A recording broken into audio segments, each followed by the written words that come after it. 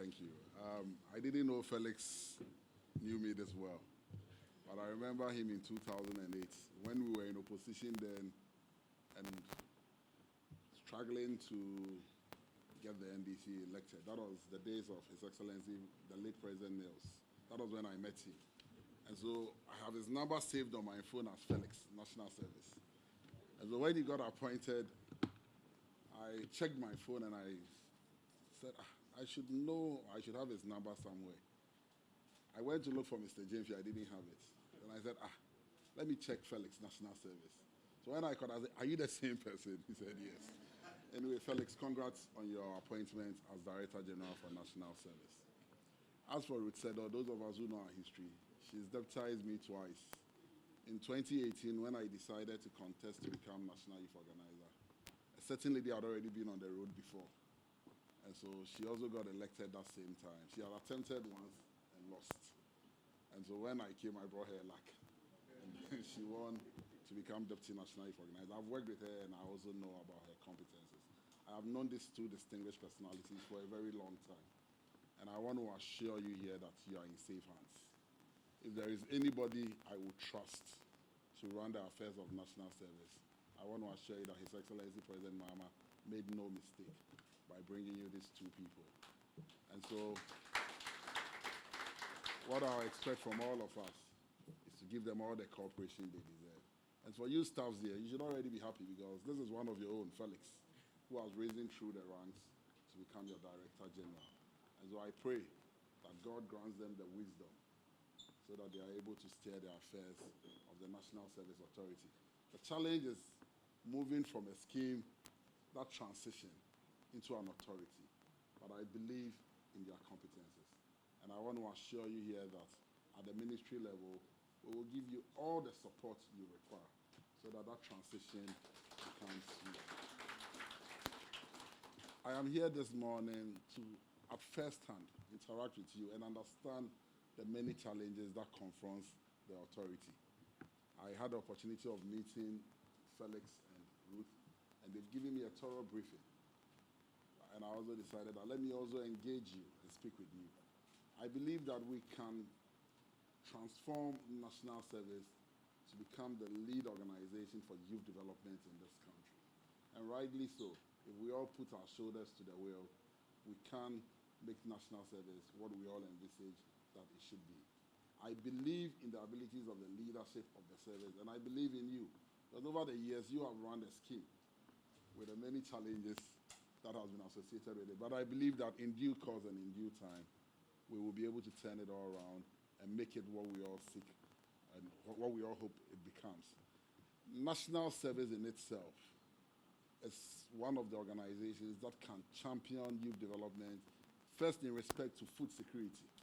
And I was telling Felix about the many farms you have. Many of us have been buying from your farms in those days. And even your canteen here, many of us still buy from you. We can leverage on what you have to even reduce food prices in this country. And I'm going to work with you to achieve that. I'm going to work with National Service as part of our policies in youth in agriculture. And we are going to turn around your farms. We are going to make them mechanized farms where the state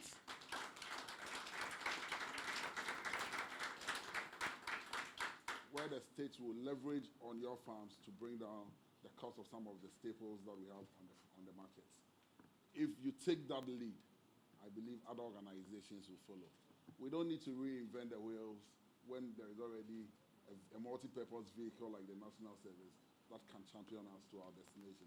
And so I give you all the assurances that I will work with National Service to realize most of the policy initiatives that the NDC government intends to implement. We have the 1 million coders program, we have the Jumaira project, we have the youth in agriculture project. As for youth in mining, I'm not sure you have the competencies in mining, and so we will not be talking about that here. But I assure you, the coders and then the youth in agriculture program, and even the Jumaira projects, I would partner with National Service to see to the rollout of those programs. I've also looked at your handing over notes, and I realized that there were a lot of laudable initiatives from the previous administration. Your accounting aid program you are running is fantastic. I've urged Felix and Ruth to continue with it. All the good ones, I believe all the programs were good. All the models that you set out, those that you're not able to roll out, we'll be speaking together so that we are able to roll out all those programs and make it worthwhile. We also need to look at how we can develop personnel who come through the scheme, and that we'll be working to see to it. The last thing I want to touch on, which is a bit of a thorny issue, is the allowances to service personnel. I know the challenges. I understand that if this month ends, then it's 4 months. When we were in government in 2016, if I recall correctly, I know allowances were paid latest by the 20th of the month. And forgive me, but it's not much. And so when you hold it, when you take a young boy from, let's say, Binduri, and then he travels all the way to Accra to do his service.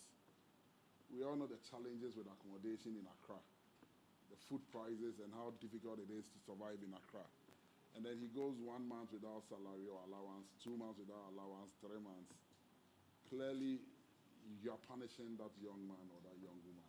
And I believe it should not be the norm. It cannot be business as usual.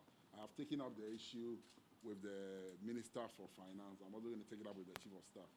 We will do everything possible to see to it that before the end of next week, some good news comes to service personnel so that we end this era of you having to wait for so long before your allowances get to you.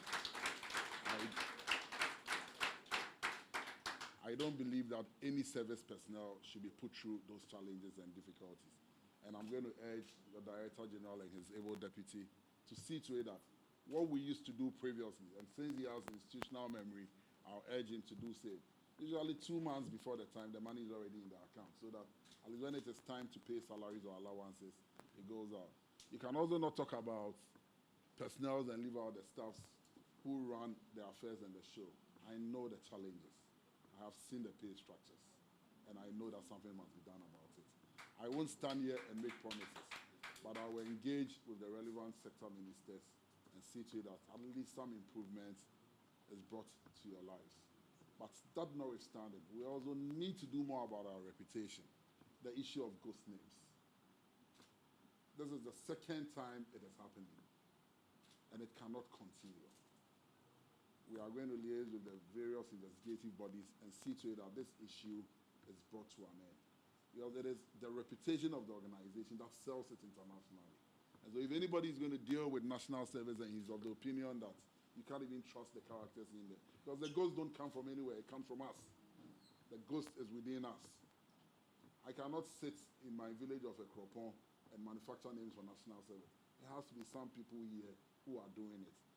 I will leave it to the investigative authorities. I'm not going to pass judgment as a lawyer until they finish their investigations, but I want to assure you that we will follow through with this.